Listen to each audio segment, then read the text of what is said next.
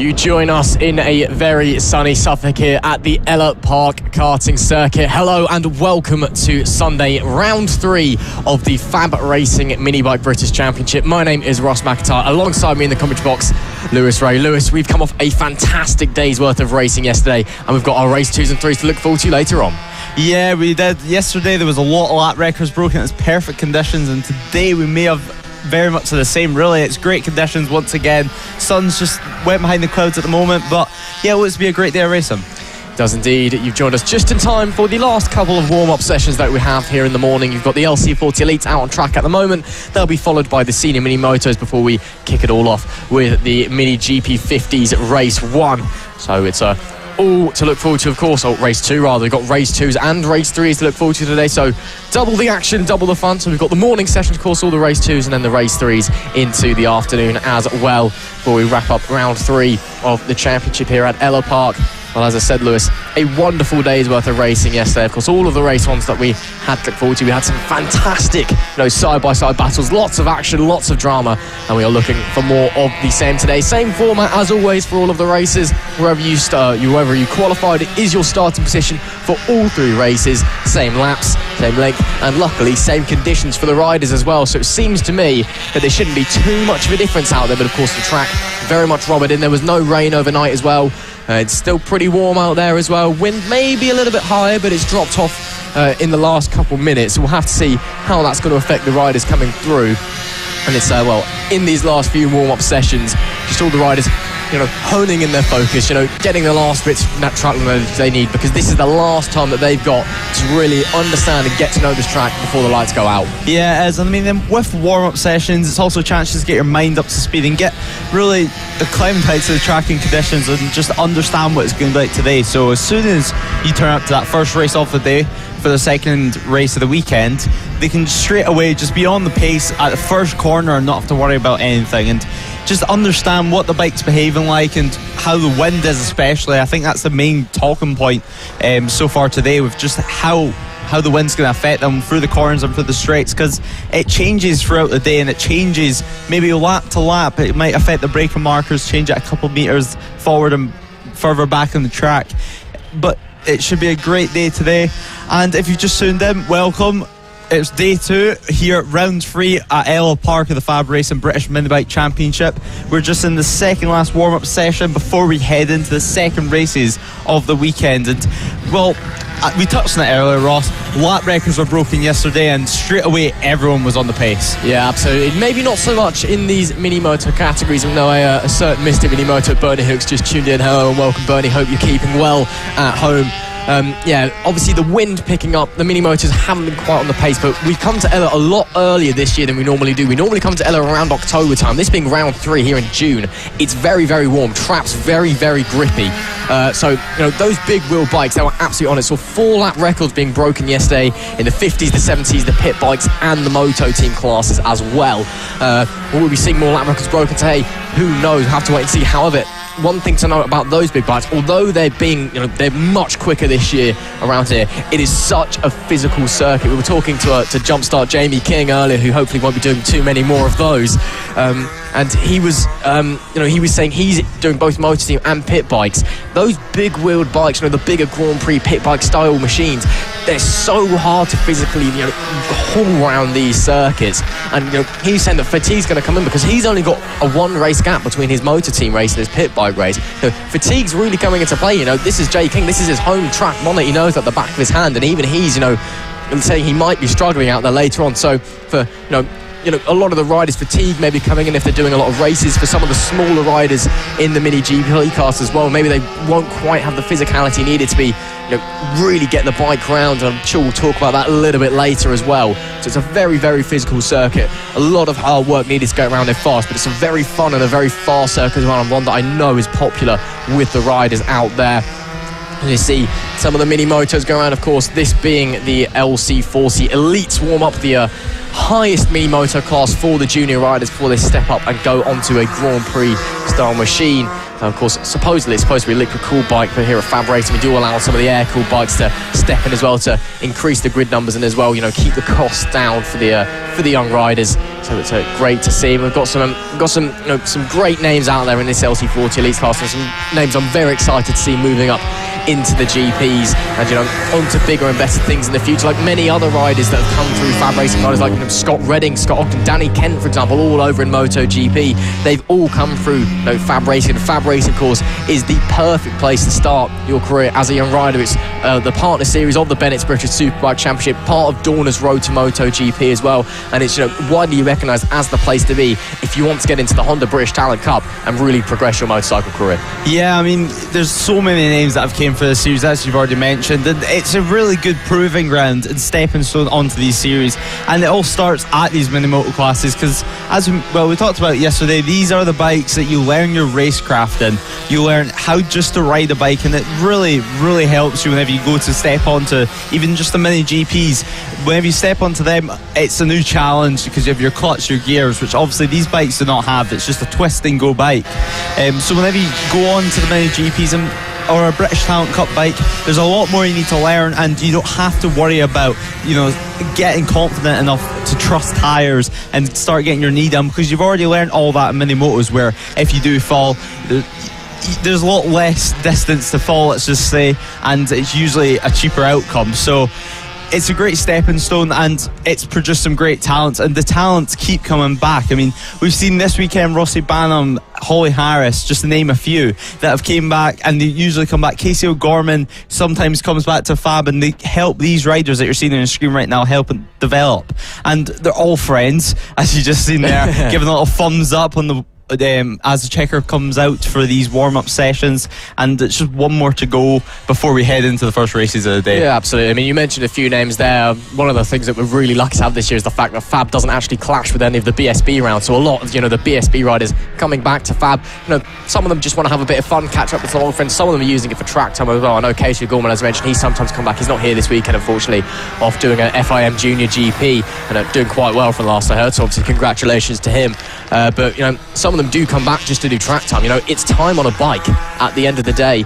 Of course, Casey O'Gorman's brother Ollie O'Gorman is here, so for any Casey fans, don't worry, you still have someone you can go and support in the I believe he's in the rookies class later on. But it's a lot of big names that have gone through, haven't gone on to achieve really big things, both in kind of junior motorcycle race, but also going on to do international level motorsport, just coming back and just having a laugh, but also just getting and honing their skills on the track.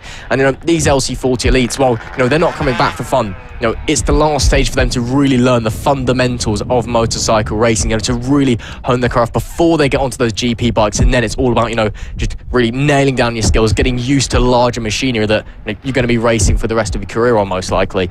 So it's really important, and it's a very competitive class as well. Here's another very competitive class as we head up for the last warm-up session of the day, something a little bit different. It's the senior mini motos, big guys on little bikes, and it's absolutely crazy. If you didn't see the race yesterday, you missed an absolutely fantastic one, as once again senior mini motors boys, being the mental ones that they are, delivered side by side racing the whole way around.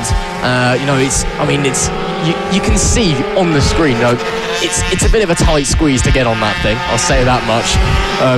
Obviously everyone here age 14 and up, so it's a bit hard to get on, but it is racing perhaps at its most purest. These guys who give absolutely nothing between each other. Obviously off track they're all friends, but on track they certainly aren't.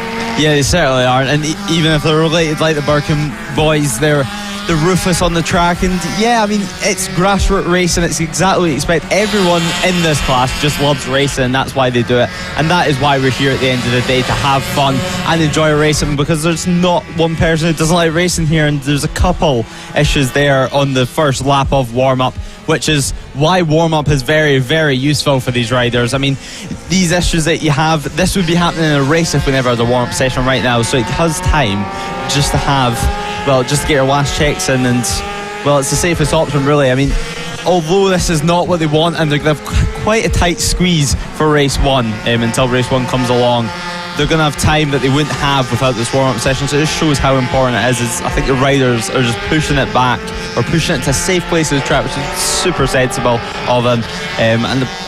It's just great racing in this class, as you mentioned. These older riders, it's such a tight squeeze. I mean, on the younger classes, they sometimes tuck in their legs just to get a bit more aerodynamic, but these riders are so big on these small bikes that is impossible to do. They cannot get aerodynamic, so it's really just you make up all in the corners, which is I think why it produces such great and close racing. It's just the fact that they're having to push so hard for the corners to make up for the deficit on a straight line from some of these smaller riders that are in the senior class. Yeah, absolutely. Shadow, it's a bit tricky to say the least. It's a very specifically required racing style. So I'll hop on these, mini motos. And you get a few names, some of the BSB people, as we mentioned, Holly and Harris, you'll be seeing out there today in the senior mini motos. You'd expect them to, and something a bit bigger to be honing their skills. But no, Holly's coming back once again, as she has all round so far this season, to hop on the senior mini motos and give it a go. Of course, Holly being a FAB graduate, one of the up-and-coming British female motorcycle stars, so to speak, in BSB, and going through the Honda British Talent Cup as well. And it's great to have her back, showing her support, and also being an inspiration for the ever-increasing number of young female riders that we get here at FAB. Of course, with a kind of big push to get women involved in motorsport, and Holly is really carrying the forefront of that in mini bike racing. So it's great to see her back here today. Got 4 minutes left in the final warm-up session today. Of course, as you mentioned, a few riders having some mechanical problems out there, but don't be alarmed. The senior mini motos, they are the last races of the day, so the last race 2 and the last race 3s as well, so plenty of time for them to get that sorted, and they've got a lunch break before their race 2 as well, so even more time than you'd expect. But it's all going to be fun and games for them out here. But yeah, as I mentioned, a very specifically required racing style, and it's very I would say difficult, but it's complicated is the one I'd use. A very niche style needed. Again, most people would look at this and go, hop on a little bike. That's really not what I'd like to do. The younger riders especially, they want to get on the GP machines. They want to be going as fast as they can. Moving up into their racing career, going on to the Honda British Talent Cup, which of course FAB-Racing is the perfect gateway into. It's over 60% of the 2019, 2020, 2021 and 2022 British Talent Cup films have graduated from FAB-Racing, which meant that FAB-Racing could be awarded the Dorna Road to MotoGP accolade, which is great to see. And of course, as we said, we've had riders go on to ride in MotoGP, WSBK, BSB and so much more. We've got Kato Gorman mentioned earlier, him and Eddie O'Shea off in Red Bull MotoGP Rookies Cup as well, European Talent Cup with O'Gorman and Johnny Garness and Junior GP. So it is a great place for young superstars to really kick off their racing career. But of course, these older guys, they're still coming back, they're still hopping on the mini motos and having a great time. Yeah, they certainly are. And I mean, as you mentioned, with all the success that FAB has had, it just proves that it's working. And Casey O'Gorman, as you said, is another thing that proves that it's working. He's starting second today in Valencia in the European Talent Cups. We all wish him well. I'm sure Ollie O'Gorman and a couple other people around the paddock will be watching because they're all friends, as we've already said. So yeah, it's only 2 minutes left this session, and then we get into the race ones. And obviously, kicking off the day, it will be the Mini GP 50s, which yesterday it was a pretty good race. I mean, Marco Holt was dominant in the Mini GP 50s, and Archie O'Brien didn't make a good start, but he made it up in the end and still finished second place. The real question is, if Archie O'Brien gets a good start today, what can he do? Well, we'll have to wait and see. I mean, I saw Archie O'Brien doing a few practice starts in the holding area before the 50s warm-up earlier on. So, it's obviously, I'm not sure it's a problem with the biker if you just can't find the bike on the clutch. They're clearly trying to get it sorted over there. Hopefully, I mean, obviously it just bogged down, unfortunately, from the start. So hopefully that's all sorted. But, Archie O'Brien, visually, from what I can tell standing at the side of the track, is the only person who'd be able to challenge Marco Holt right now. I mean, obviously the 50s, it's a very tight grid. It's the first time that these riders are hopping on a GP bike. It's very important, for them to learn the ropes. But Archie O'Brien and Marco Holt are in a class of their own right now. It's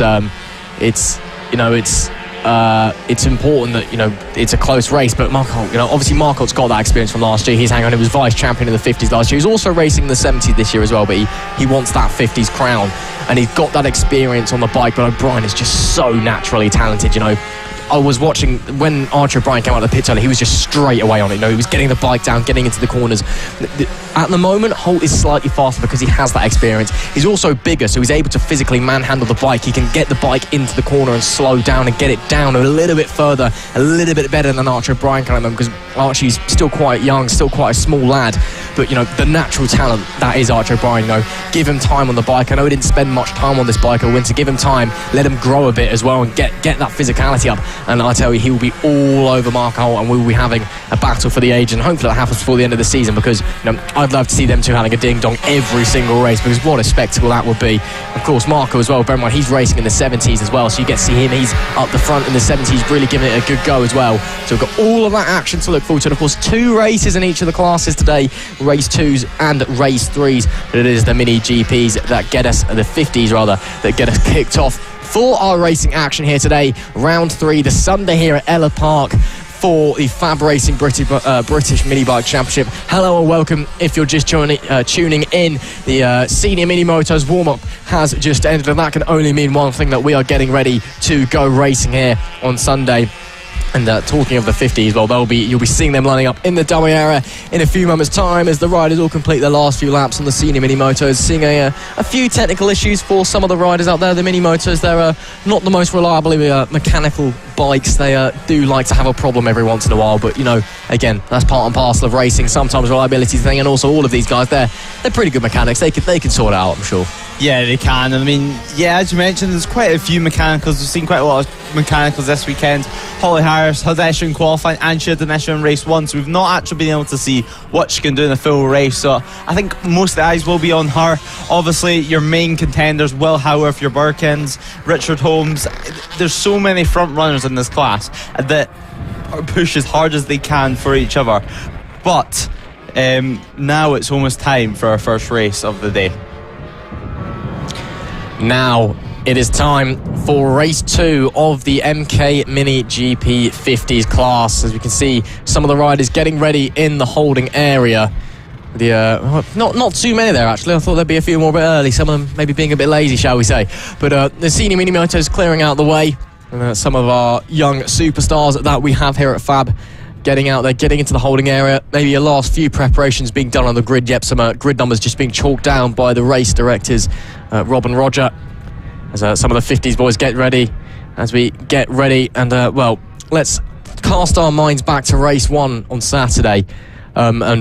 That was a race for Holt. Of course, Archie O'Brien, we were expecting him and Mark Holt to be having a battle the whole way through. Unfortunately, I'm not sure if it was a clutch issue or he just didn't get the start right. Just bogged down getting away in that second phase of the launch.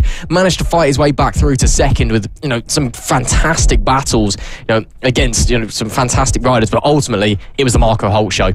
Yeah, it certainly was. I mean, Archie O'Brien's been wanting a better start today, and the thing is, these bikes are 2-strokes, and whenever you're getting a 2-stroke off the line, I've experienced it myself, you have to let the clutch drag out for a long time until you get in that power band, and it's completely different from riding a 4-stroke with a clutch. 4-stroke, you can almost dump the clutch and get away with it, but the 2-strokes, you have to just bide your time and hold on to that clutch for almost as long as possible. It's a very fine balance, and if you get that slightly wrong, you can either just run out of revs and then you're practically standing still at the same amount of miles per hour, or you can bog down like we've seen with Archie O'Brien. It really affected his race, but he kept his cool and made his way through the pack. I mean, although he got stuck behind Luke Fitchett, who is, as we know, an amazing defender, really, he kept his cool and then made his way to some great lap times and closed the gap slightly on Marco Holt, but it was all a Marco Holt show. So I think everyone's been wondering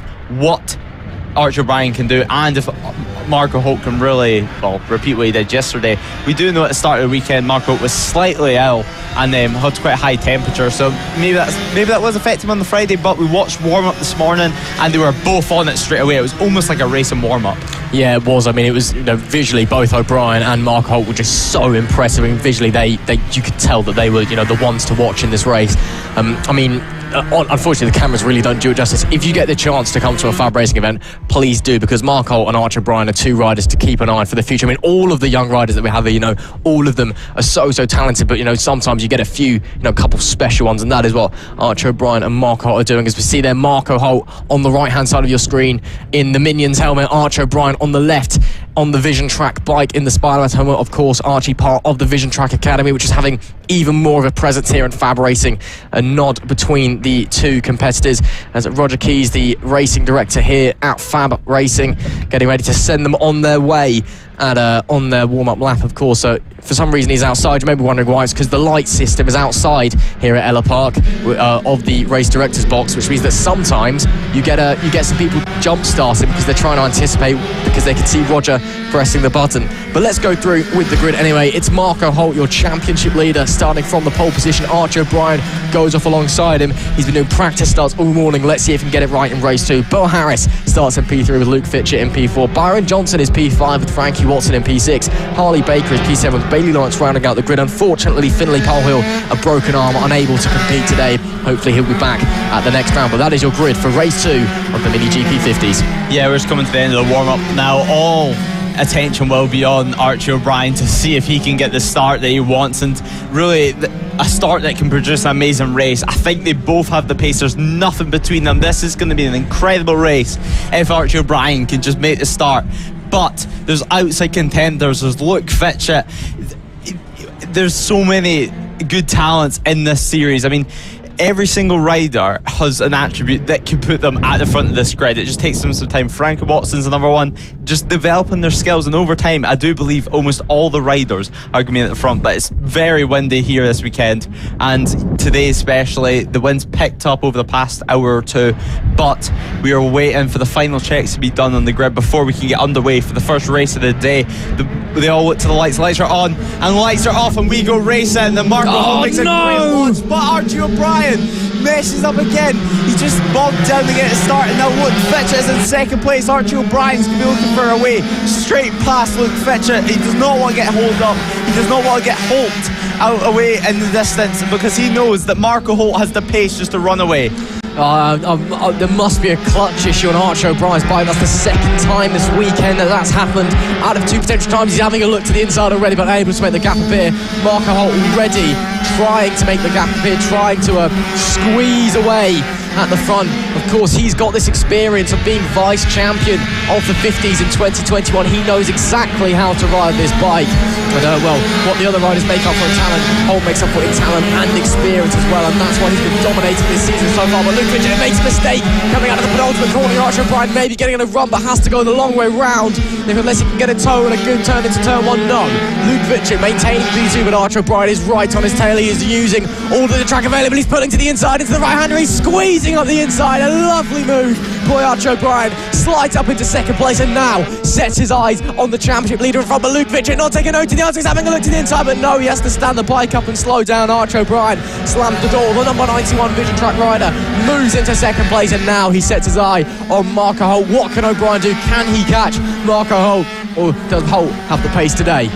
Yeah, Marco Holt, he almost got 2 seconds away from everyone else in that first lap. It's looking like he's wanting to do the same, but now Archie O'Brien has clear road. This is his opportunity.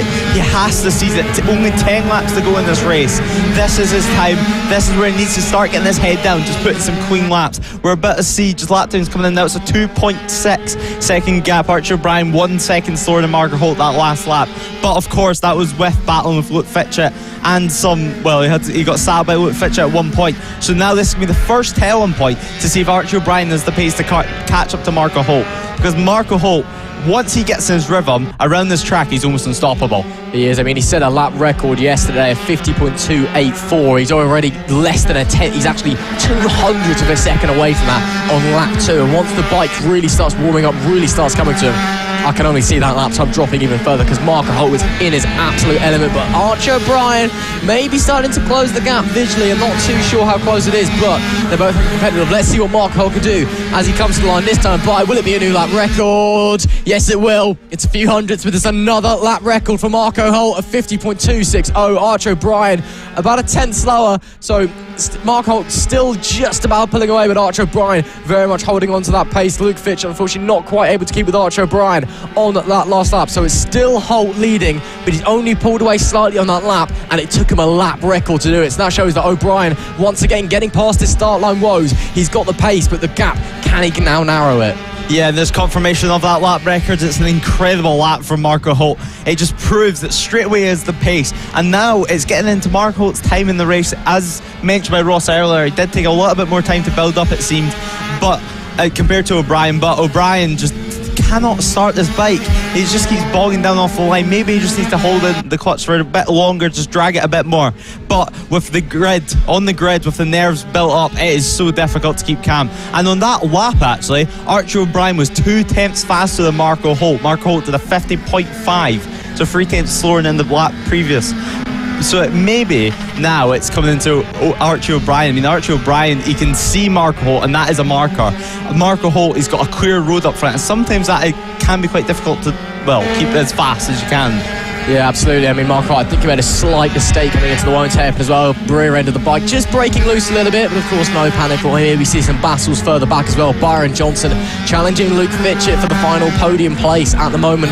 Byron, of course, he's dominating the LC40 Elites Championship at the moment, stepping onto this 50 bike. He's having a great time out there.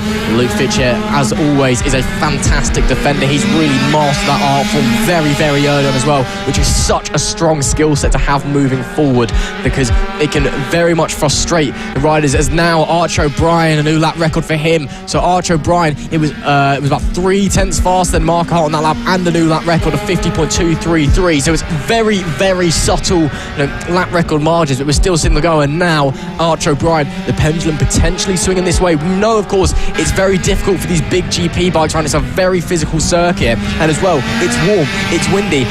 Of course, the track's grippy, but it may not be doing too well on the tyres. And you're wondering, has Marco Holt maybe gone too early? Maybe he's backing off to try and save his tyres for race 3. Yeah, it might be. I mean, Marco Holt, maybe he's just taking a little breather. As we said, it's such a physical track, so he might just take the breather just to regain his energy before he goes again and does another push. But Luke Fitchett is, well, he's having to defend as hard as he can against Byron Johnson. Byron Johnson is one anyway pass. He's looking left, he's looking right, he's looking to the inside at the first corner, but he cannot get it past. Luke Fitchett is so impressive to watch with defended. But Byron Johnson looks like he has slightly more pace at the moment, and it's just trying to find a way past, because this track is so tight, it's so twisty. Although there's loads of hairpins, and there's Byron Johnson making a move down the inside that hairpin, and that is an incredible move for that last place on the podium. But Luke Fitchett got a slightly better drive and almost swipes off the front end of Byron Johnson.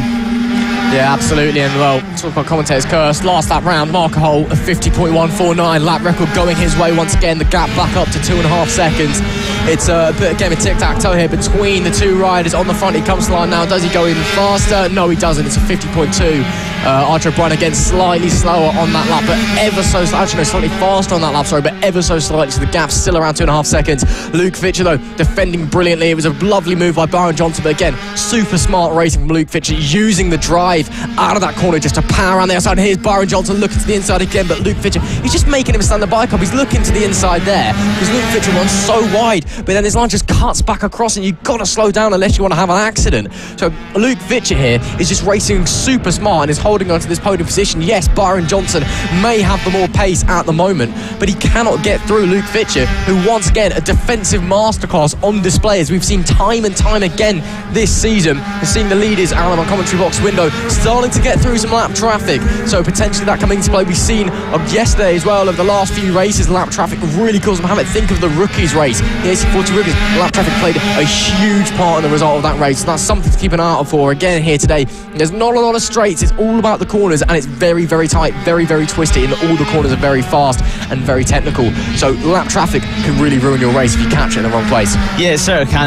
Really, it's just luck. But Luke Fitchett still defending from Byron Johnson. It does look like Byron Johnson has slightly more pace than Luke Fitchett. So I think what is going to happen here is maybe Bill Harris could even get into play. With these two just scrapping and slowing each other up, really, it could bring Bill Harris into play, and then we could have a free scrap battle for third place. I mean, the race is not over for any spot on the podium. The first and second, they're just changing lap times every single lap. Last lap round for Marco Holt, slightly slower than Archie O'Brien, but he comes across the right line to set a 50.3, as Archie O'Brien comes across the line to set a 50.199. Almost that lap record pace again, and a personal best lap for him. So yeah, as you can see, some riders getting round some lap traffic. Billy Lawrence on your screen there, the 09, as they both get past pretty cleanly. But it looked like Luke Fitchett got hit the back marker at a better time, and now it's starting to bridge open the gap. So now we're really going to see if Byron Johnson has the pace to catch up to Luke Fitchett, then we know if it's just trying to get past Luke Fitchett that he's struggling with, because it's one thing catching up to someone, and it's another thing passing them. Yeah, I mean, back to those leaders though. I mean, it's Archie O'Brien at this phase of the race is ever so slightly quicker, but as we come round the final corner and onto the final lap of the race, I don't think it is going to be enough. It's a new lap record for Mark Holt, a 50 dead, a 50.071, and Archie O'Brien lost 5 tenths due to back markers. So Mark Holt, the gap now 2.7. Unless he makes a mistake on this final lap, I don't think it's going to be enough, and that is a fantastic lap, a 50.071 from Marco Holt. And I know there's more pace to him, and I know we're going to be seeing more pace in race 3 from 2021's vice champion of the 50s, your championship leader from this year as well. He's already won 1 race this weekend, and as he comes into the back section of the track for the final time in race 2, he looks set to take a second. 3 more corners to go. The man with the minion helmet, who again has been absolutely fantastic today. It took a rough start from his rival once again, but it doesn't matter because Marco Holt, it's going to be 2 from 2. He comes to the line to take victory in race 2 here in the Mini GP 50s with a fantastic performance and a lap record once again on the penultimate lap of the race as well. And crucially, as Archie O'Brien continues to struggle with the start, he asserts his lead in the championship even further. Yeah, he certainly does, and Luke Fitchett claims that 3rd place. He just managed to hold on, and yeah, it was a great race. Marco Holt just got his way, really got away first lap, and there's confirmation of that podium. Marco Holt getting the race win with Archie O'Brien in 2nd and Luke Fitchett in 3rd. Great ride for all 3. I mean, Marco Holt, from the first lap, he straight on it. It was almost identical to what he did yesterday, but Archie O'Brien managed just to keep tabs on him. And there is your top 10. Mark Holt taking the race win by 2.7 seconds as Archie O'Brien takes 2nd. Luke Fitchett coming home in 3rd, with Byron Johnson coming home in 4th. Bill Harrison 5th, and Harley Baker in 6th.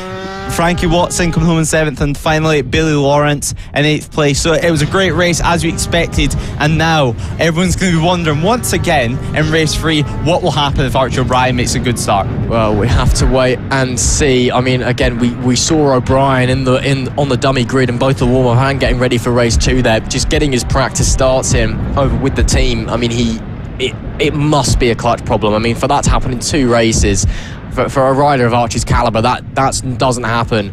So we'll have to see what's going to happen in race 3. Can Archie O'Brien see what's going to happen? Can he get that start nailed, or will it be Marco Holt taking a clean sweep? Or can someone like Luke Fitchett or Byron Johnson get involved and potentially spoil the Minion Helmets man's day? Yeah. And next up we have the Pit Bike 140s, which yesterday it was a great Extreme 200, which has Pit Bike 140s in it, so it can be quite a confusing class for everyone, for the commentators and for the people at home. It's a mixed class, it's quite an open class actually, as your Pit Bike 140s has some KTM 2-strokes it seems to be, but it was a great race yesterday. We have quite a few front runners and quite a lot of battles. Sullivan Mountsey was leading the way until he crashed, and I was speaking to him earlier and he seems pretty confident today that he can take the race 1 and race 2.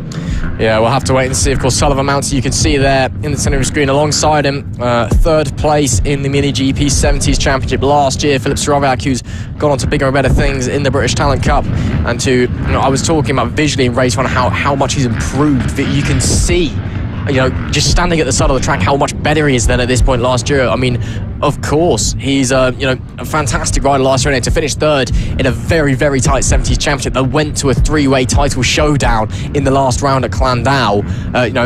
And he just standing at the side of the track, and already he's improved so much coming into this season. So it really is great to see, and he is currently having a great season in the Extreme 200s, leading the championship after sweeping the last time out at Lid. So we'll have to see what Sullivan Mountsey can do. Let's get going then with the grid. It is Sullivan Mountsey from the pole position. Philip Soroviak, championship leader, goes off alongside him. Bailey Stewart Campbell starts in P3 with Rossi Banham in P4. Zach Torin and David Ferns make the 3rd row of the grid, with Chris Wells and James Dustin 7th and 8th. Noah Guillory and Mark Evans round out the top 10, with Jack Andrews and Martin Cochrane in P12. P13 is Lee Thompson with Owen Thomas in 14th. Sean Whitaker is 15th. Harrison McKay is 16th. Sam Smith in the 17th. Daniel Gilbert 18th. Clayton Edwards 19th. Ben Ridgewell 20th.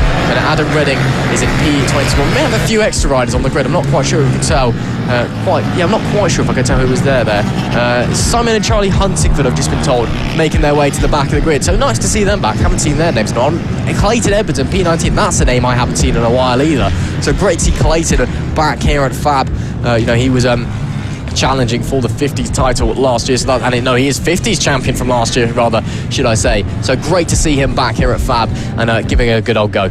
Yeah, I mean, it should be a great race. If it was like anything that we've seen yesterday, it should be all about Sullivan Mansi and Philip Soroviak. But there is also Rossi Bannerman, many riders there that can just clean up the scraps if it's needed. And yeah, I think it should be a great race. And Philip Soroviak, as you mentioned, so confident on that motorcycle. You can just see the way he rides.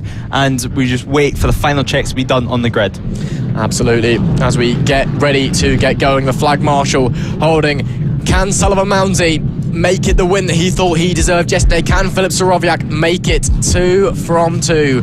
As we wait, the green flag goes up at the back of the grid, the red flag walks away at the front, and we wait for the lights, which come on now. It's a long wait, but it's lights out. We're underway. It's a great start from Moundy. Soroviak to the inside, but Moundy sweeps round. Bailey Stewart Campbell sweeping up to P3 as well. Rossi Banham, not quite the start that he would have wanted. He maintains P4, but it is Sullivan Moundy that leads the way similarly to yesterday. Soroviak following though on that big bike style machine, and Sullivan Moundy on that Grand Prix style machine. Look at how sideways Sullivan Moundy is coming into the Holmes hairpin there. My goodness me, that was brilliant. We've seen some great photos this week from the FAB photographer of Sullivan Moundy getting all sorts of crossed up, and again there, brilliant stuff. He leads the way on that one. Yeah, I mean, Philip Soroviak, he needs to stick with Sullivan Mansi, but Sullivan Mansi, his riding style is just crazy. He does absolutely everything right, but it's on the limit, which yesterday did bite him.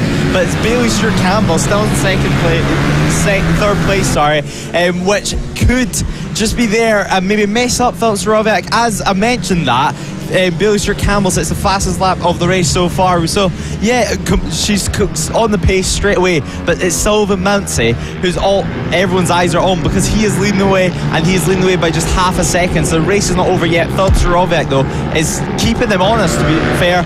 He's trying as hard as he can. It's two completely different type of motorcycles. I mean, Sullivan Mansi is much more a traditional type. It's a Moto 4 bike that he's on, while Philip Soroviak, I believe, is on a KTM 85cc 2-stroke. And there is a rider down that's Guillory on the floor, also racing in the Mini GP70, so it's a big shame, and he really has less time actually to get that bike fixed because he's racing in two classes. Yeah, hopefully not much damage there as Sullivan Mounty comes round to round off the second lap to 48.641. Very strong lap time there from Sullivan Mounty. Is that a lap record? No, it's not. It's about 3/10 off the lap record, which is set by Casey O'Gorman last year. Of course, Casey O'Gorman, one of the riders who sometimes turns up. We saw him at Lid this year on his pit bike, but of course he's off doing bigger and more interesting things, shall we say. Not to say that, of course, the Extreme 200s isn't interesting. He's just progressing his career. That's part of the fun of the Extreme 200, to be fair, is it's kind of you can kind of turn up and not turn up. It kind of whenever you suit your class.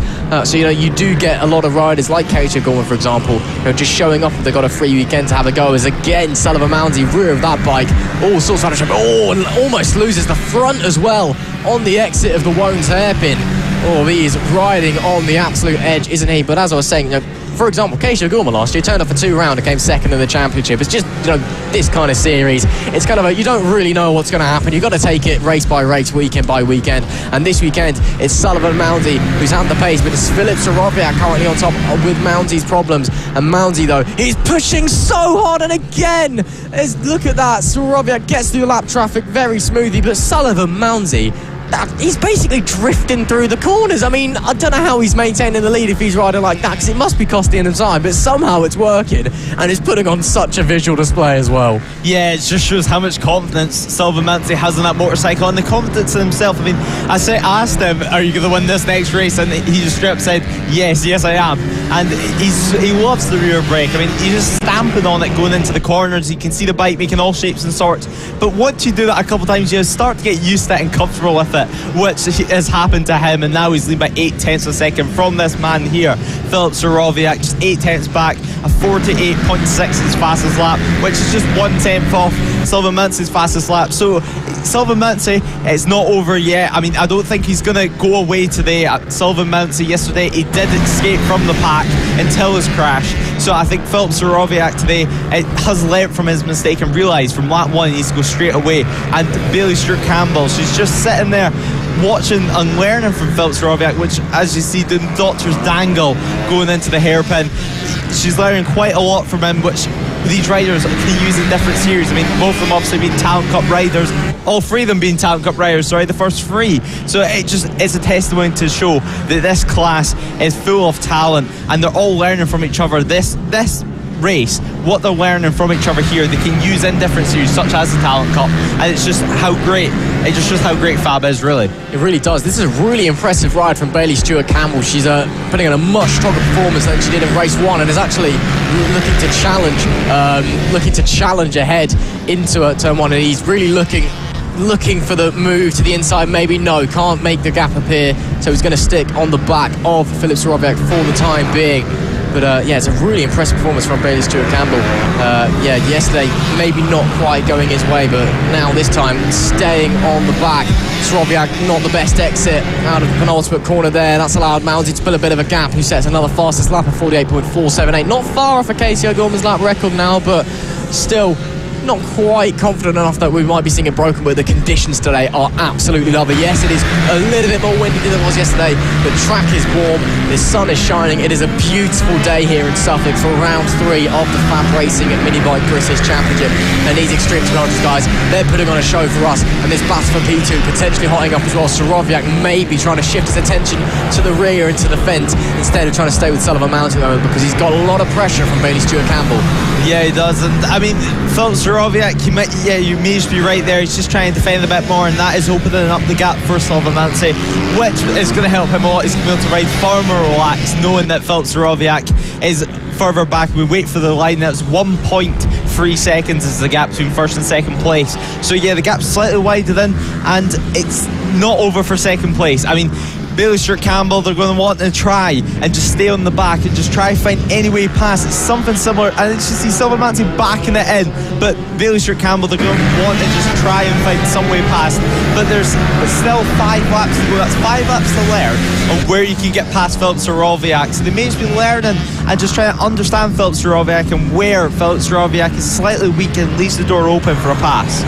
Yeah, absolutely. I mean, Sullivan Mounty, that's well, it's certainly a riding style, isn't it? I mean, some riders avoid the rear brake, as if their life depends on it. They just absolutely hate Sullivan Mounty using that thing all the way until he lets go of the front brake. I mean, he is all sorts of sideways coming into the corners, but it is fast, and that is maybe a new lap record for Sullivan Mounty.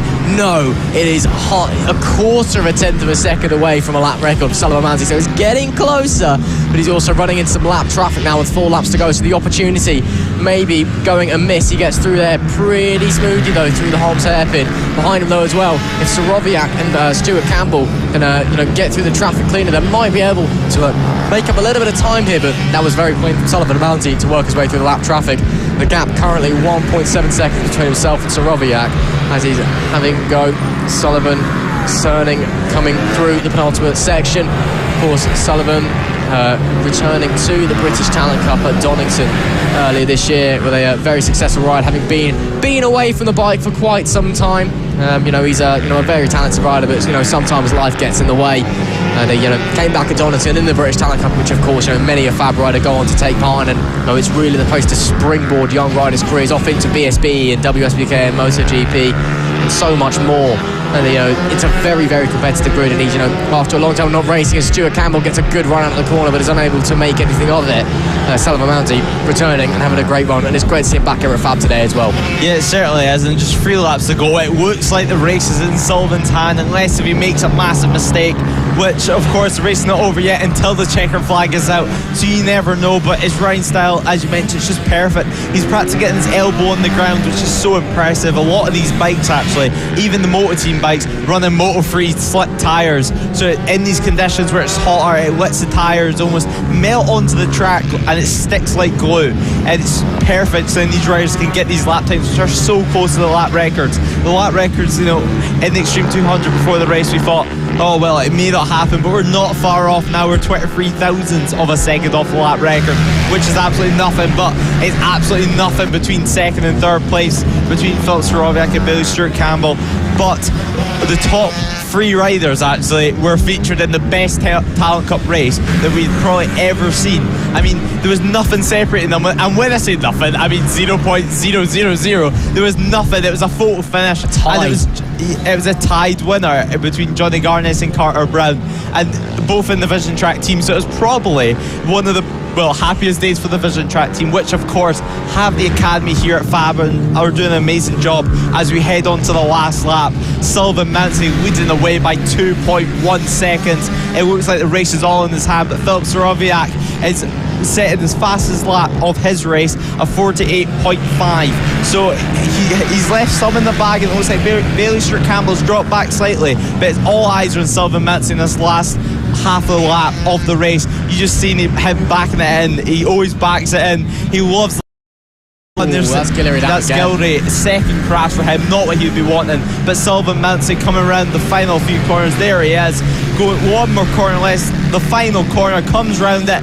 Perfect race once again. Sullivan Mansi wins the race, race 2, second race, first race win of the weekend. Should have been 2, made a mistake in race 1, but he's not made any mistakes this time out, and it was an absolute perfect ride. Then Philip Soroviak coming home in second, with Bailey Stewart Campbell coming home in third after that fierce scrap for second place. Yeah, wonderful ride there from Sullivan Mansi. I think he actually backed off a little bit at the end to save the tyres, because it's so hot. Yes, it's so grippy for the riders out, but it also makes the tyres fall off quicker, and that actually could be something to watch out for in race 3s. If people are on old tyres, it could be starting to affect them come the end, along with the fatigue and the genuine, it's race 3, the weekend's wrapping up, let's get it over and done with. But a wonderful ride there by Sullivan Mansi, bringing it home, brings it into the dummy grid. That was absolutely brilliant, taking the win. Soroviak managed to hold off a P2 from Stuart Campbell in P3 there. So a great ride from all of those podium finishes. There you can see Sullivan Mansi winning by 2.2 seconds, with Soroviak in second and Stuart Campbell in third. Rossi Banner managed to bring it home in P4 with James Dutton in P5. David Ferns was P6 and Zach Torrin in P7. Jack Andrews, reigning champion, managed to bring it home in P8 with Mark Emmons and Chris Wells rounding out your top 10 for the Extreme 200s race 2.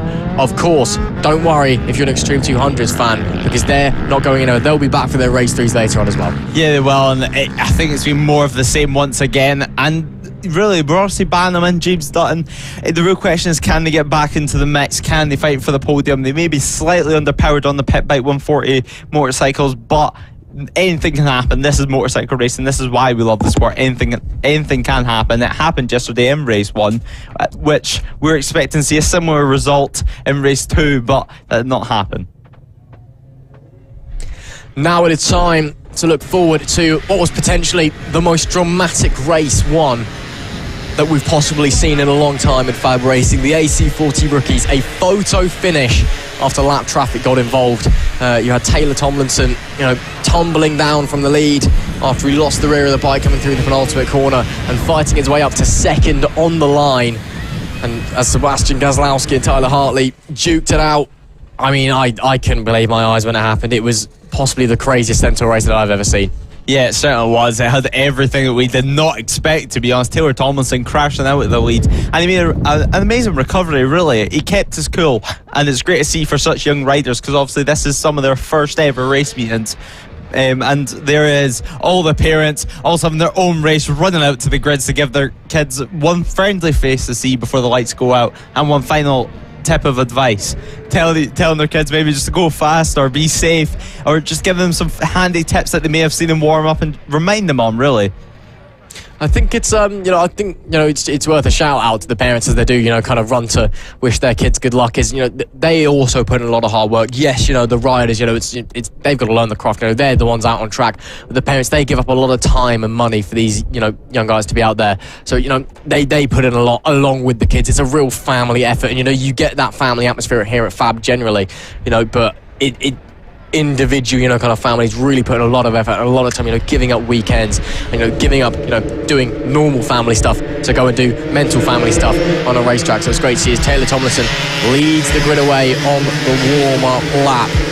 And, one warm-up lap as per normal here at FAB Racing, unless of course the race director decides against it, as Taylor Tomlinson goes from the pole position. He'll be looking to try and maintain that lead that he threw away yesterday with a simple yet harmful mistake. It shows just how easy it is to get it wrong on a mini moto. Taylor Tomlinson goes from the pole position. Tyler Hartley alongside him. Seth Hayward is in P3. Sebastian Gazlowski, a disappointing qualifying for his standards. He starts in P4. Annabelle McCartney is P5 with Logan Cousins in P6. Max Johnson and Kai Hawken make up the fourth row, and rounding up the top 10 is Preston Baker and Nicholas Dunwoody. That is your top 10 for the AC40 Rookies race. As they, some of the riders coming round now to finish off their warm-up lap and now, set their eyes on the lights, get in the zone. Of course, this is the rookies. This is, the first racing experience for many a young rider.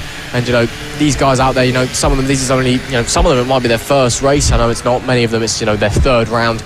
Many of them have been racing it every round so far, and some of them, maintaining into the rookies from previous seasons. However, it is still a very competitive championship, because not only is there, the competition on track, but there's also the competition to learn and improve as the racing goes on. Last few riders now coming into the grid slots. Last words of advice from the parents. There's a few thumbs up here and there, last words of advice, good luck and all that. Go be fast, don't crash, be safe, I love you, etc. from the parents. The flag marshal, the green flag waved, or getting ready to be waved at the back of the grid. As the front flag marshal, the red flag goes away, we look to the lights go on, and we've got a few jump starts. Oh, the entire grid has had a jump start. I'm a bit lost for words here, Lewis, because half the field has gone racing and half the field is still sat there. I'm not sure if one person went and they all went, or if there's been a miscommunication somehow, red flags being waved, because the lights are definitely still on. Yeah, the lights never went out at all, and all riders now are making their way back to the grid. I'm not really sure what happened there. There's only 2 riders still on the front 3 rows, which is something very unusual to see. I think you can almost count how many riders are left on that grid with your hands, which is just something that's very, very unusual to see. Obviously, these riders are still learning, the rookies, so these things will happen eventually in their career, and it's a good place that happens so early on in their career, so it's a safe environment, and it can happen really now rather than later. I mean, again, that's a valuable lesson for many of them. Don't go when your competitors go, because I bet you money that one person went and they all saw them and oh goodness me, we're going, and then they all went. You got to keep your eyes on those lights. That's what matters, not what the other people are doing. It's all about what the lights are doing. We're getting ready to restart the race. It will still be full distance race, of course, 8 laps for these young riders out there. Hopefully no problems this time round. The flag marshal moves out of the way. Let's see what happens this time, shall we? Lights on for proper this time. Lights go out, no jump starts, and we're away. It's a great start from Taylor Tomlinson away. Sebastian Gazlowski, maybe not away as well as he would have hoped, but I believe he's still up into P2 as we continue further round. This time no jump starts, this time no accidents as well, so it's all clean away. Taylor Tomlinson once again leading the way. Yeah, Sebastian Gazlowski made a great start in second place. Can he make a move on Taylor Tomlinson before Taylor Tomlinson can get away? Because yesterday Taylor Tomlinson was the main problem of himself, really. He dumped it down the road and he was leading by a long way. In the background there's another crash there from a rider. It looks like Seth Hayward, and it looks okay, remount on the motorcycle, which is what we love to see, but it's Taylor Tomlinson who leads the way. It's something that this season it's not been unusual to see. He's won 5 out of 6 races in the first 2 rounds, and here at round 3 he's looking as strong as ever and as confident as ever. And yesterday, even though he did crash, it looked like he didn't knock his confidence at all, which is great to see for such a young rider. Yeah, absolutely. I mean, got back on the bike, no damage, and managed to squeeze through and get second on the line. Great to see. I'm just wondering, I believe he may be having a transponder issue because he's not showing up on our live times, so hopefully that's just a problem. He hasn't forgotten to put it on the bike. So if you forget to put the transponder on the bike, you get disqualified. No, he's turned up now, so Taylor Tomlinson, seemingly an issue, but it's all good now. So Taylor Tomlinson is now classified as being in the race, so that's all good. He leads the way from Sebastian Gazlowski in P2, Tyler Hartley in P3. There were your podium finishes yesterday. Sebastian Gazlowski, of course, the only other rider to win a race so far this season in the AC40 rookies. He's won 2 now, hasn't he? He won yesterday in race 1 as well. But I mean, Taylor Tomlinson, I mean, obviously, he's a very, special talent in this field. He's solo, but part of the reason, he probably looks it seems like he's absolutely dominant, but again, part of that's because a lot of these riders are still learning. Some riders just come in and they're able just to grasp it so much quicker, or they've spent a lot more time on the bike, just not racing. And whatever the case may be for Taylor Tomlinson, he is a step ahead of the other riders at the moment with 6 laps to go. He leads the way, sets a 1 minute and 1/10 lap time that time round. Not quite a lap record, still a little bit off of what Finlay Polehill set in 2020, about 8/10 off of the lap record. But Taylor Tomlinson getting his eyes set ahead. Of course, we know the mini motos not quite on lap record pace this weekend. It may be hot, but it's also windy, and so it's harder for the mini motos when it's hot, because they overtake the highs so quickly, and the wind as well. It's not ideal when you're on a little bike. No, it's certainly not, but this is an ideal scenario for Taylor Tomlinson. 1.6 second lead with just 6 laps to go. This race comes past so quick, and Taylor Tomlinson knows how to control a race. He's learned that from the first couple of rounds, but it's Sebastian Gieslowski who has problems on his hand. I mean, Tyler Hartley is absolutely on his rear of his motorcycle, just nothing separating this time round. He's practically glued to his back wheel, and there's just 5 laps to go as they cross the line. He's going to be wanting to try and find a way past, but on these smaller bikes it's slightly easier to get past, and this is such a tight track. But Taylor Tomlinson coming across the line and into the 59s.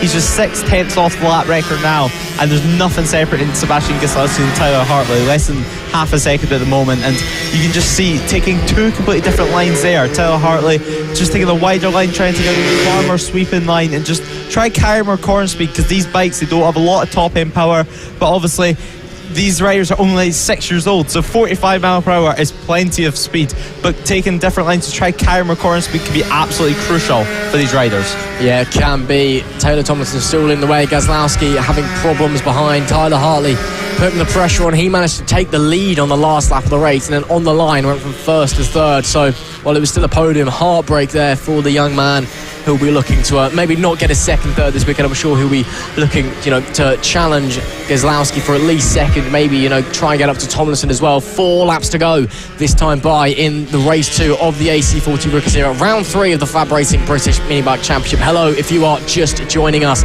it's a pleasure to bring you on to sunny Suffolk here and the Ellough Park Raceway, and round 3 of the championship here much earlier in the season than we're normally at Ellough, which explains all the lap records and the nice weather that we're suddenly getting. I mean, a few years ago, absolute torrential rain when we came here. Now the sun is shining and the atmosphere in the booming crowd is up, as we always have here at FAB. It is a pleasure to bring you along for this journey. And here we can see further back, we've got some action as well, challenging for positions. I believe that's Nicholas Dunwoody and Annabelle McCartney fighting for that's P6, and they're fighting over. And Annabelle managed to squeeze past Nicholas on that last lap and get into that 6th place. And of course, Annabelle, one of the many talented female young riders that I always mention that we're seeing here at FAB. I mean, again, it's great to see a championship where we see so many young female riders coming through, and so many young female riders having a place they could call almost like a home and a real family community here at FAB that we have. And it's great to see Annabelle McCartney really putting on a good display there. As looking ahead though, once again Taylor Tomlinson extending the gap almost 5 seconds now back to Sebastian Gieslowski. But again, yesterday we saw him, it was only the last few laps of the race when he went down, and that changed things on its head. Yeah, it certainly did. And Taylor Tomlinson, I believe he is slightly older than Sebastian, but they have a bit similar time on the bike, so maybe Sebastian, his mind just may be a bit more scientific, as you would say, and just wants to spend a bit more time learning the bike, learning the track, while Taylor Tomlinson just goes straight for it, and that is why he has a 4.7 second gap, almost 5 seconds, and this time round it probably will be 5 seconds, just 3 laps to go. So just 3 laps to go in this race. They head round the final corner now. Taylor Tomlinson, just to make it 2 laps to go in this race. Can he keep hold of his race win? Can he do it? It's a 59.7, getting even closer to the lap record now. The lap record obviously being a 59.313. So it's not too far off. We're seeing lap times coming down far faster than yesterday, it's looking. So just 2 laps to go. Can the lap record go, and can he extend his gap? It's now 7.3 seconds. Well, he's got 1.5 laps really left to do it, and there's a bit of traffic coming up as well not too far ahead of Taylor Tomlinson, so he's got to get the conditions perfect, get the lines perfect, and then hopefully not catch traffic. And can he do it? Maybe. We'll have to wait and see as he comes around this tricky back section. I know on a very popular circuit that is not a very popular section, and potentially won't be seeing as much of next year. Of course, here at Ellough Park they've got the new track layout. We're not using that this year, but next year very much potential for us to use that big bank section you're just seeing in the back end of your shot as Tomlinson rounds the final corner and starts the final lap of the race. The yellow and black striped flag out for Tomlinson, so he knows that he's only got one more tour of this Ellough Park circuit left to go before he wins the second race of the weekend. 2 from 2 it will be for the young man who is, it's safe to say, has dominated so far this season. He has been just absolutely turned on. He turns up to a new track and just, instantly on the pace. He instantly knows, and it's potentially we could be seeing, Taylor Tomlinson. We could be seeing any of these riders, moving on, to international level motorsport in the future. And that is what's so wonderful about FAB, is you get to see these young riders, start their career and develop and become the superstars of tomorrow. And yeah, you certainly can, and you can watch their careers live all the way through the ranks, starting all the way to FAB, to the likes of MotoGP. Even people at home can watch them live and watch them develop as Taylor Tomlinson comes round the final couple of corners for the penultimate corner as we head round to the right to the last corner. He gets himself tucked in as he takes the checker flag to take another dominant win from Sebastian Ghislowski. Taylor Tomlinson played it perfect.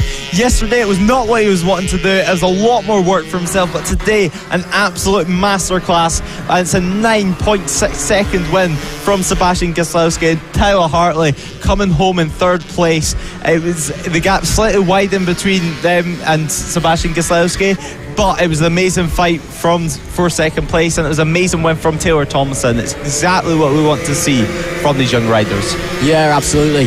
Taylor Tomlinson, a very nice performance, and pulling off a bit of acrobatics there for the crowd and for the cameras. Obviously delighted with that win that he feels like he should have got yesterday as well, where for not a small yet costly mistake late on in the race. Again, just showing how easy it is to get it wrong and throw it all away here in motorsport, which is a real shame for him. But he manages to win race 2 from Sebastian Ghislowski. Tyler Hartley rounding out the podium in P3. Josh Perkins is in P4. Annabelle McCartney managed to get up to P5 at the end with Nicholas Dunwoody in P6. Logan Cousins is in P7. Max Johnson P8, and then Daisy Polden and Preston Baker rounding out the top 10. As we see there, your race winner Taylor Tomlinson exchange some words and letting a friend have a go on his motorcycle.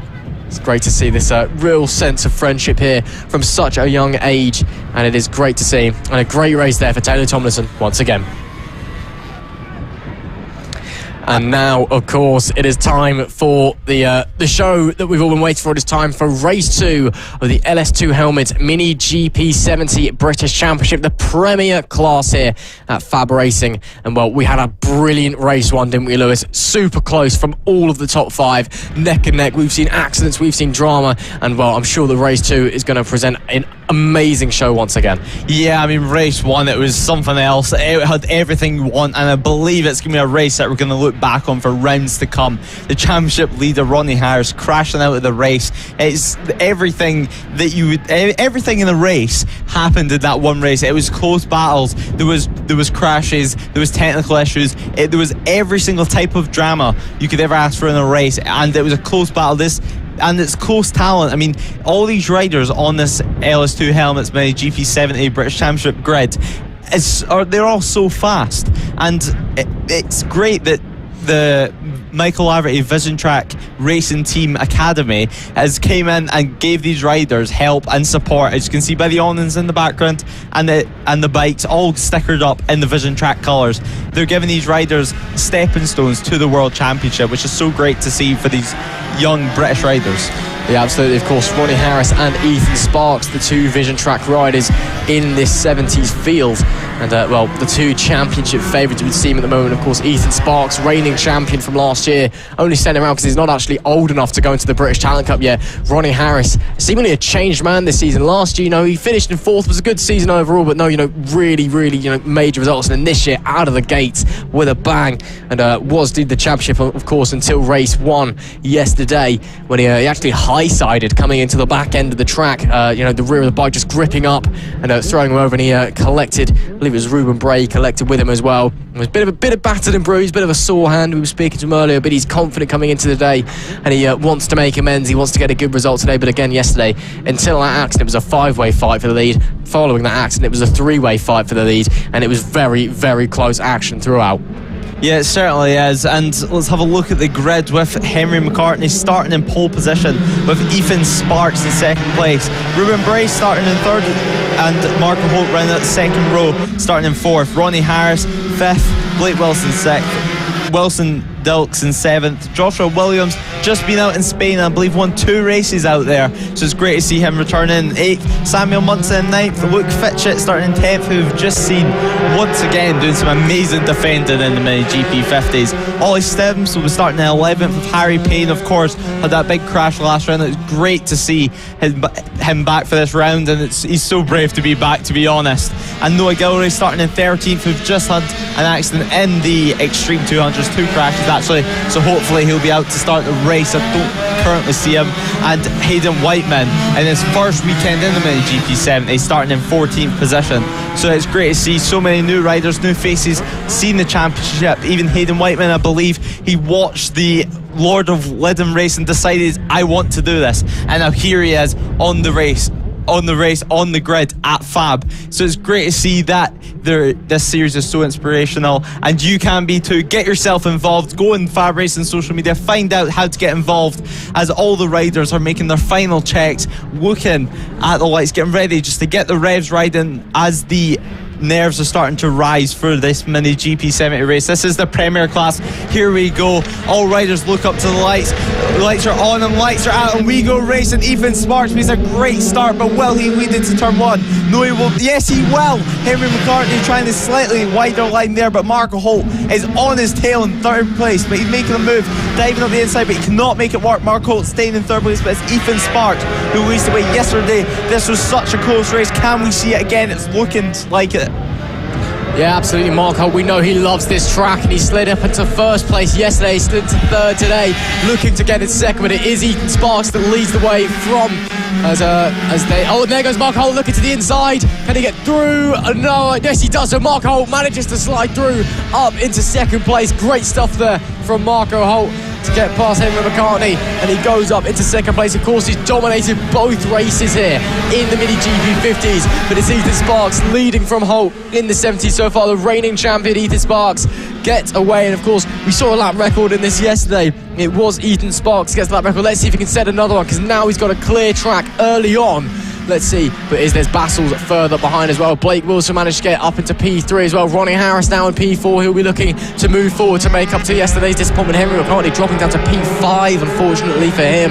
That's not the best of starts. I'm sure that he'll be looking to set his sights forward, but it is Ethan Sparks on that number 62, your reigning LS2 Helmets Mini GP70 British champion, who is leading this race. But Mark Holt, he's on his tail, and we know he absolutely adores this track. He's been absolutely on it in the 50s. Let's see if he can sneak forward in the 70s as well. Yeah, Mark Holt, such an aggressive move in that first lap, dropping Henry McCartney to 5th place, as he just couldn't get on the throttle and couldn't get that drive after getting forced to take such a wide and then through to the flip-flop, such a tight line, which just meant he got a terrible drive. But we're already in the 47s, we're 47.9, just 1/10 off the lap record on the 2nd lap of the race. Ethan Sparks is absolutely on it. Even Marco Holt in the 47.9. There's nothing separating them. Marco Holt just trying to keep tabs on Ethan Sparks, because Ethan Sparks, of course, is last year's champion, and he's trying to make it the first ever Mini GP70 two-time champion, which would be an incredible result for the Vision Track riders. Blake Wilson, of course, in a great place right now in 3rd place. He'll be absolutely delighted to come home in that.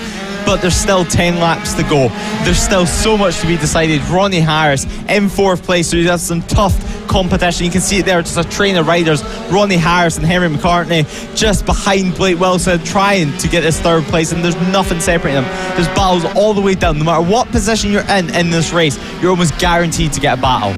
Yeah, absolutely. I mean, of course, Sparks has and we have a new lap record. That is a new lap record, ever so slightly a new lap record, but it's 47.826 from Ethan Sparks. Sets his own new lap record. The one that he beat his also own lap record from yesterday in race 1. So Sparks already flying along as we're seeing a battle further back. Ronnie Harris on Blake Wilson trying to get up into P3. Ronnie Harris has got a really classical riding style, really, a lot of riders you see nowadays get super low to the ground. He's just very cool, gets his knee down it perfectly, stays pretty upright body position wise, but it works. He's super fast, was leading the championship. Marco Holt now a new lap record of 47.3 for Marco Holt. That is 5/10 off of Sparks' time. That is rapid, and Marco Holt, out of absolute nowhere, is on the rear of the race leader. He is turning it on out of nowhere, and here is Marco Holt. He's dominated in the 50s, and now he's looking to dominate in the 17 as well. What a lap from the man in P2. Yeah, you could just see it, that lap. He was just getting closer and closer, and as he came around the last corner, I did think Marco Holt is on some lap here. He's on his back wheel. He's looking for any way past just 8 laps to go. Marco Holt, a 47.3.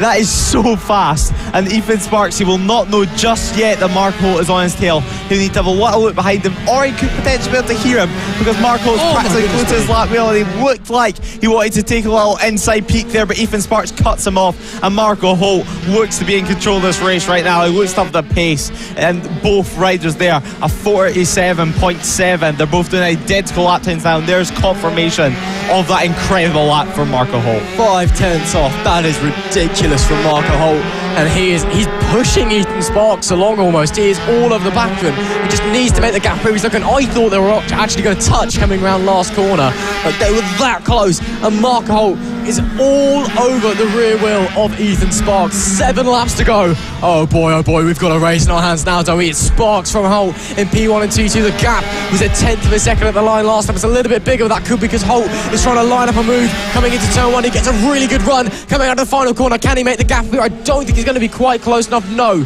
he isn't. Gap's a little bit bigger. It's 2/10 this time, so Sparks still leading, but 6 laps to go. Further back as well, Wilson, Harris, McCartney, they're still all fighting as well, but they've faded away from the battle for the lead. It's all about these two to win this race. We've got reigning champion Sparks against 50s vice champion and championship leader Marco Holt. This is a battle for the ages already, and I can tell this is going to go one way or the other, and it is so close. Look at Marco Holt, just nothing but separating between the pair of them, and Sparks still leading, but Marco Holt, well, it's so close between them. He seems to have the pace at the moment, but Sparks is putting the bike exactly where it needs to be. Yeah, and the battle for third place is still racing on as well. Blake Wilson still in third place, but Ronnie Harris, who of course crashed out yesterday, wants him past, but he cannot find any way past Henry McCartney slightly. Oh, and Marco Holt is down in the first corner. He is down, he's pushing so hard, and he's absolutely distraught with that, but they were just pushing so hard. I mean, you set 47.3s, and eventually the bike bites you, and the bike is damaged there. Marco Holt, he is so upset with that. He knew a race win was on the cards, and that bike has taken a beat, and you've seen it just hit off the ground as we cut to them, and Marco Holt is just, he's so upset, and you cannot blame him for that. Devastation for Marco Holt. I mean, he had so much pace, and I feel so sympathetic for him. I mean, they almost touched again coming out through the last corner. I'm not sure if he was just getting a bit impatient maybe under the helmet, because I think he was getting frustrated. He knew he had the pace, and that's got to be a very nice sight for Ethan Sparks to go through turn 1 and see his competitor sidelined and out of the race with 4 laps to go. Ethan Sparks, all he's got to do now is cruise on home, and he will, as Blake Wilson manages to slide up into P2 as a result of Marco Holt now dropping down the order. And all of the riders, to be fair, setting very competitive lap times now. Ethan Sparks is now, they're all lapping, pretty quickly, but, Marco Holt just had such pace on board that 58 machine, and that is a big shame. And, we've been robbed of a fantastic battle as well, which is on a shame, but that is motorsport. Yeah, and here is the battle for second place now. That it's going to mean it matters even more for these championship points. Ronnie Harris is trying to gain back some championship points that he lost yesterday from his mistake, but it's just 3 laps to go in this race. Blake Wilson still in second place. He'll be buzzing with that result. I mean, he's looking so great. It's the best I've actually seen him ride, and Henry McCartney's still there. Obviously started in pole position, so maybe not where he wants to be in 4th place, but the race is not over just yet.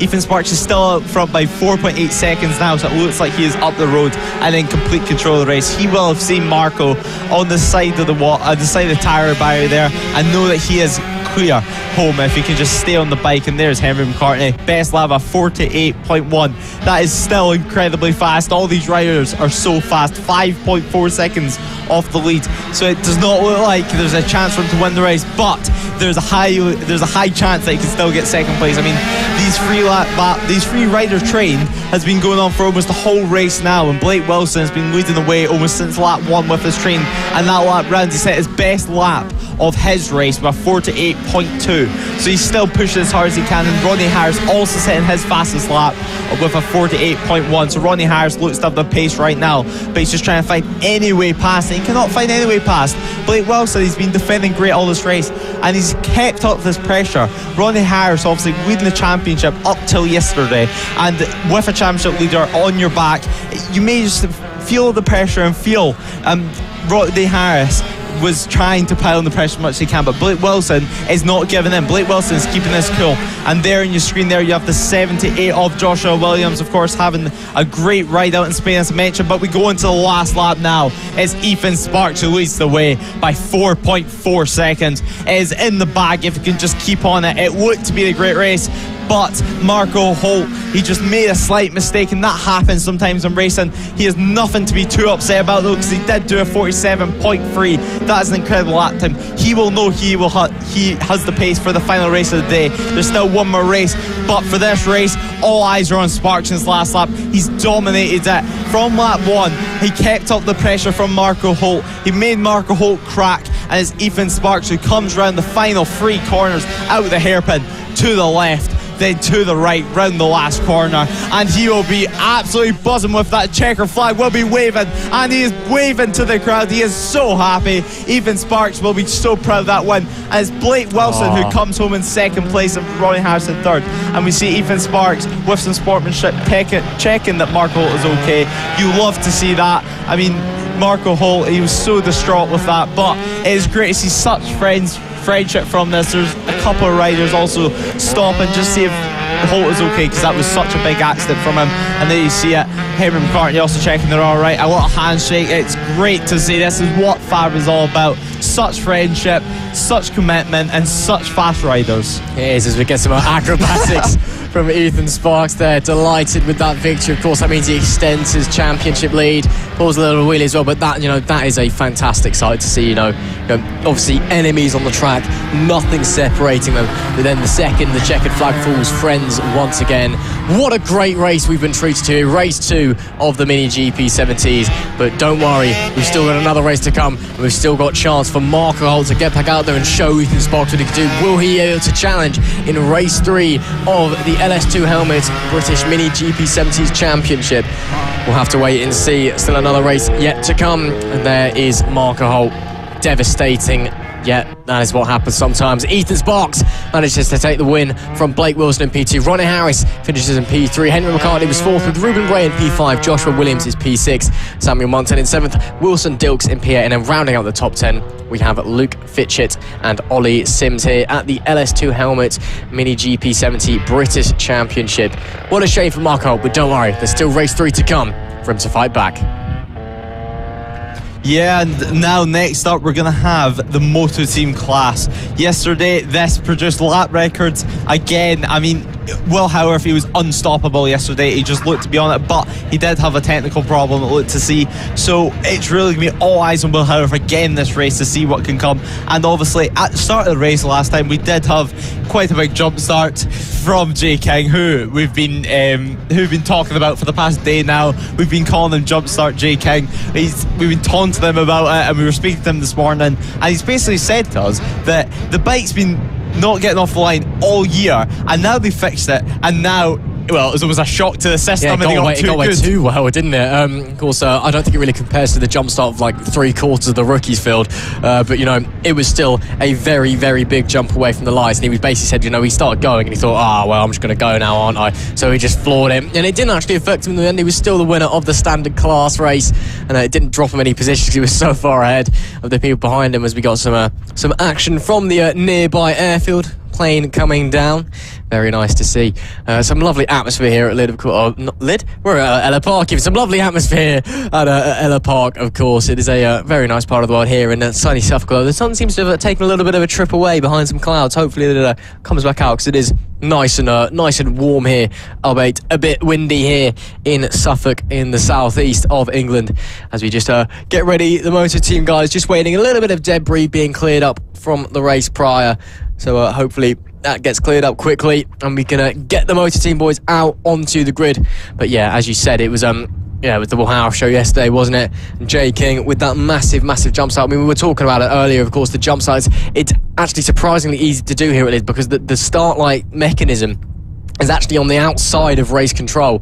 So the race director, Roger Keys, has to go down and stand outside of race control in the eyesight of all of the riders. And what you get is sometimes riders thinking they can be a bit cheeky and watch Roger and see when he goes to press the lights and then try and go then, but then you get a jump start, and that's a penalty, unfortunately.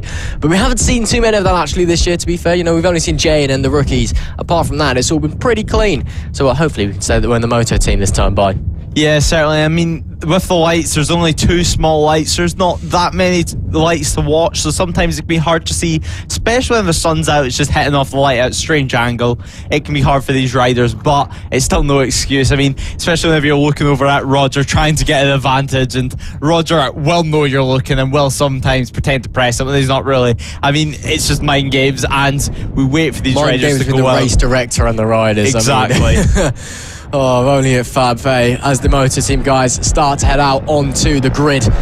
And hopefully no jump starts this time. But once again, it was all Will Howarth yesterday in motor team, which is a bit of a confusing class. It's a bit more simple this year because they got rid of the pit bikes, but it's all about the bike and not about the rider. So because they got rid of the pit bikes, it's not so confusing this year. But what you get sometimes is you get different riders on the bike, and you can't tell because the name that you'll be seeing on your screen, see some very grey clouds coming over. It was scheduled to rain earlier in the week. And then it said it was going to be sunny the last time I checked, so hopefully no rain due to come down. But yeah, here in Moto Team, the name that you'll be seeing on the side of your screen is the name of the bike that's entered, but because they changed the regulations, so it's all kind of these GP-style machines this year, it's usually the person who's entered. So it's a little bit easier this year than it was last year. See there, that's Will Howarth on the inside. Will Howarth actually at the back of the grid there. And, Will Howarth is at the back of the grid. Something very weird going on there. Will Howarth's gone to the back of the grid. That's actually Jason Pugh alongside Jay King that you're seeing there. So that's a bit confusing. I'm not sure what's going on with Will Howarth, but we'll have to wait and see as we get out onto our formation map. Yeah, it's strange there. I mean, Will Howarth, it's definitely going to make life a lot more difficult starting from back there, but maybe he might just think he has the pace. And yeah, it should be a great race today. And as we have a look at the grid with what should be Will Howarth starting in pole position with Jason Pugh in second, Jamie King hopefully a better start this time round, starting in third with Jack Andrews hopefully staying on the bike this time round. He did make a good recovery after crashing, starting in fourth, Scott Jewett in fifth and Malcolm Stein in sixth, Jamie Diss starting in seventh and Philip Joyce in eighth, Linton DeMelio starting in ninth and Ryan Button in 10th. John Keats in 11th, who his objective this weekend, it's not John Keats actually on the bike. Ross Morgan is it's on Ross the bike. Morgan, yes. And his objective is not to come last. And so far he's done that, and Ian Baker will be starting in 12th, rounding off the grid. Yeah, so a pretty decently sized moto team grid here this weekend. Sometimes it's a bit small, but good to see. As Jay King, I've just seen out of our commentary box windows, you see some more of the Ellough Park scenery as a plane flying overhead. Just looking behind, probably thinking, well, what is Will actually doing? Because he is stopping very far. You know what? I think he's trying to do a last to first. Because he's not sat on pole. I mean, you can't quite see him.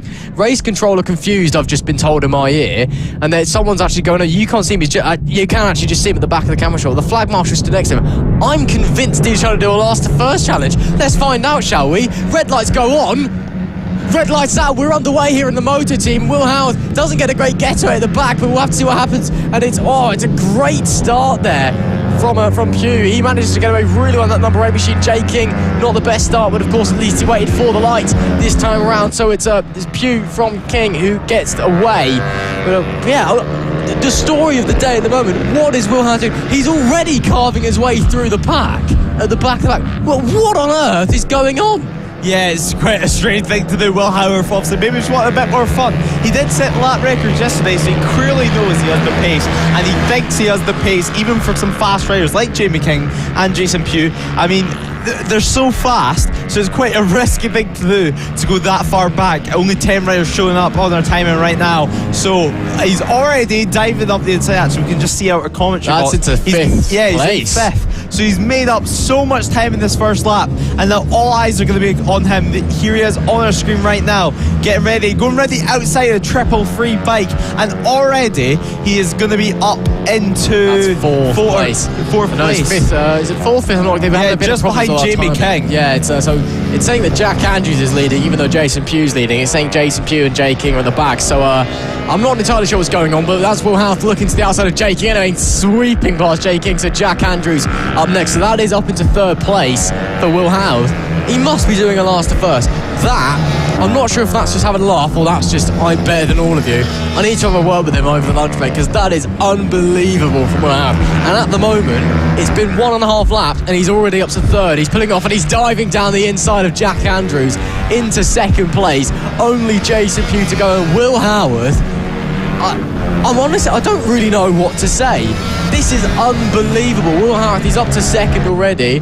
I mean, Lewis, obviously, I'm not sure if you've ever done the last to first before. I mean, you obviously you ride yourself and you race yourself, but are you actually allowed to do that? Yeah, I mean, you can if you want, but not many people want to do it. I think you might just be trying to give us more of a show and maybe more fun for himself, because there's nothing really too fun sometimes running at the front, because obviously Darren Anderson's not here this time out, so he's running at the front by himself and just trying to beat his own lap times, and maybe he's not enjoying that as much. You know, the best I've ever done was last of fourth, and that felt pretty amazing, so he will be feeling so good right now, and it'll also be destroying every single rider's confidence that he's going past. The fact that he's making this much time, I mean, he passed Jamie King within 1 or 2 laps, and Jamie looked at him and seen how far back he was. That was destroyed him, and Jason Pugh, he's right in his back, and watched, this will be a great lap from a 52.8. Just 13 thousandths, so no, it's 100th of a second even, lap record there for Will Howarth. Great lap, and that, bear in mind, he's chasing down Pugh as well. He's been fighting his way through, so Howarth absolutely on it. Last by about 10 grid slots, and now he's fighting for the lead in 3 laps. Honestly, I'm struggling to think about what to say. There you go, last first, done. It's pretty easy, wasn't it? Will Howarth, what a ride. What a rider, what a performance, and it's been 3 laps from last to first.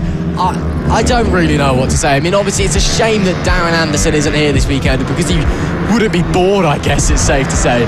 But apparently he's so bored of being out on the front, he's set himself a challenge that he's conquered in 3 laps.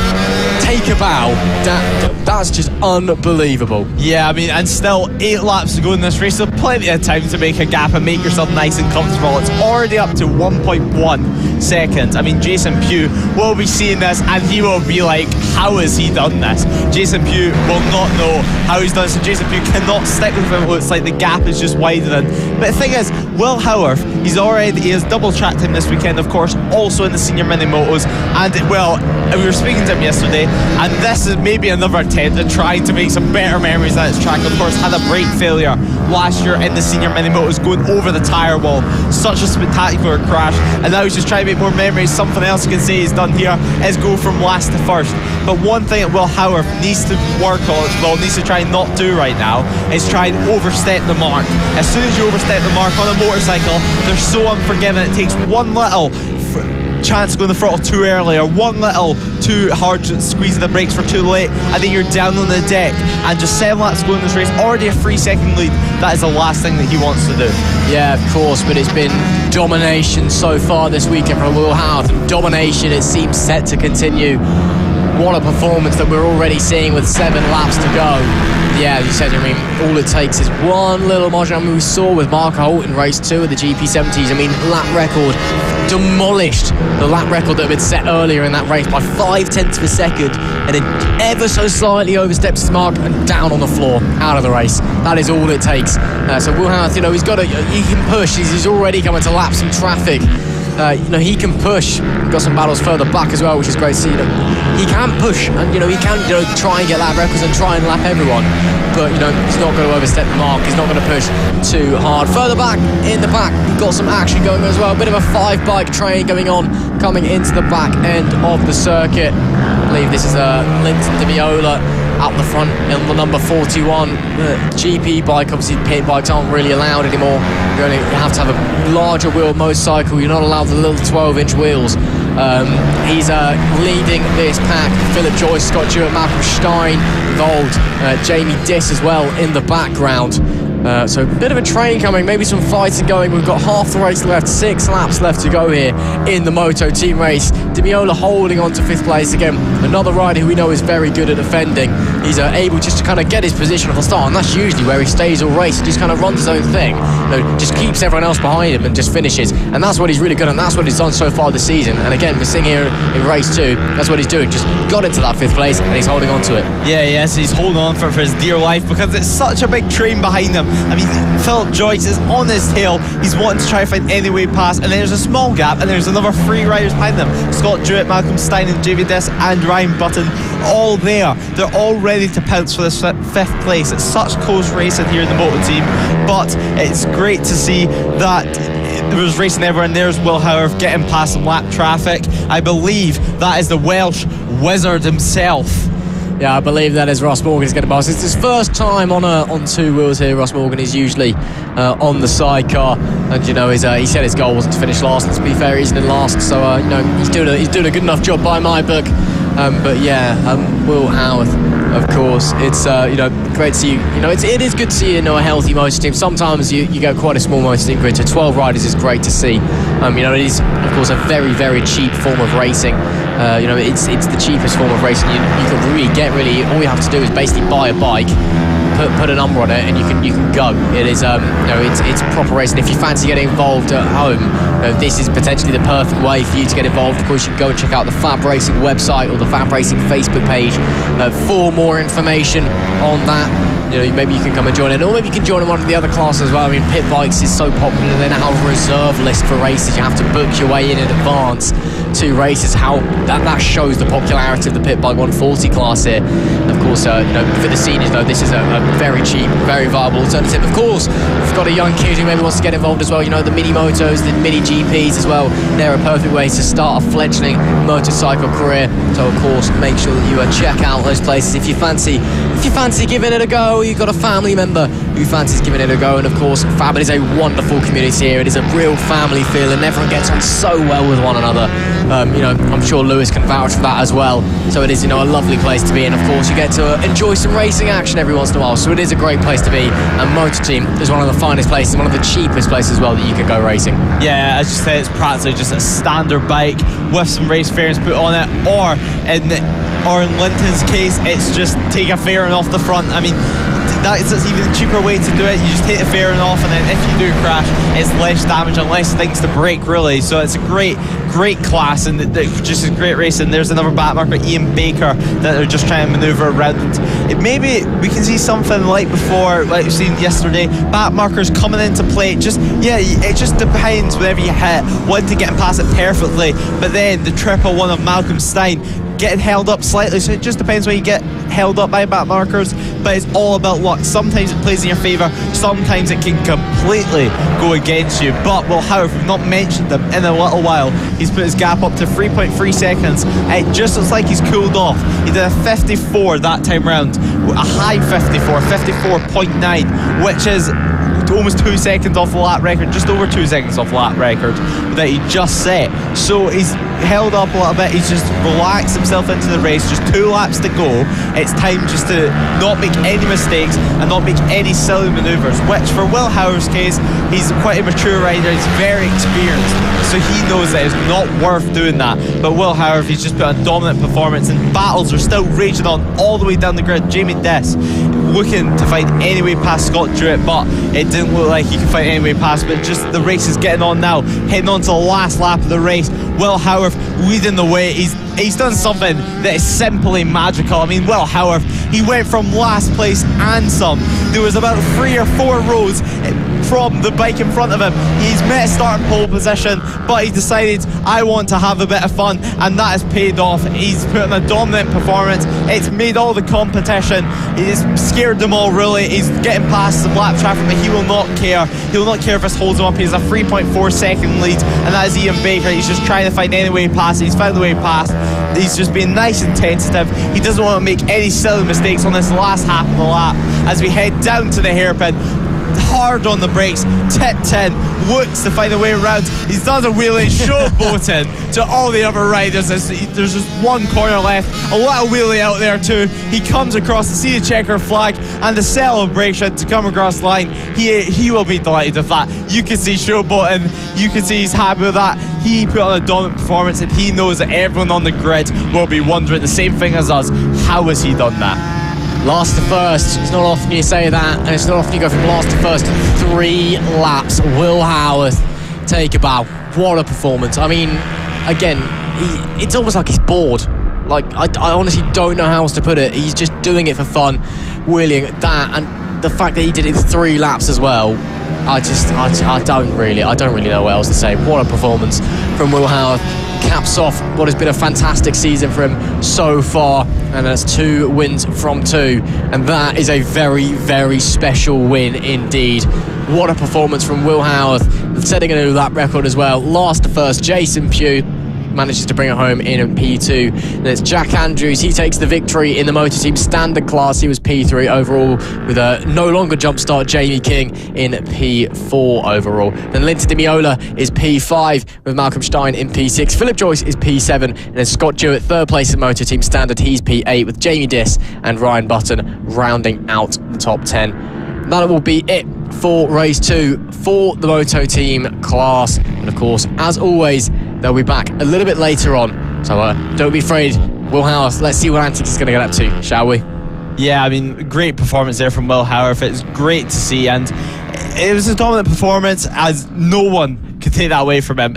The fact you start from last on the grid and then decide, oh yeah, I'll just do 2 or 3 rows from the second last bike and then still win the race. I mean, one thing it would have also done with him carving through the traffic, it may have also taught the likes of Ryan Button, Jamie Diss, Scott Jewett, riders that normally wouldn't be up front with Will Howarth. It may have taught them 1 or 2 things, just following them, even if it's just for a couple of corners. They may have learned a new braking marker or learned a different line that they were previously not taking. But that was an incredible race, an incredible end to the motor team race 2. And that will be it for the morning's running here on Sunday of round 3 of the FAB-Racing British Mini Bike Championship here at Ellough Park. Now we're going on a lunch break, of course. I know many of the families and the teams out there having barbecues last night. I'm sure they've got some leftovers to enjoy. But don't go anywhere, because we'll be back later this afternoon for the remaining race 2s. And of course, we've got all of our race 3s to look forward to as well. So make sure you don't go anywhere. We'll be back to bring you the rest of the action here from Ellough.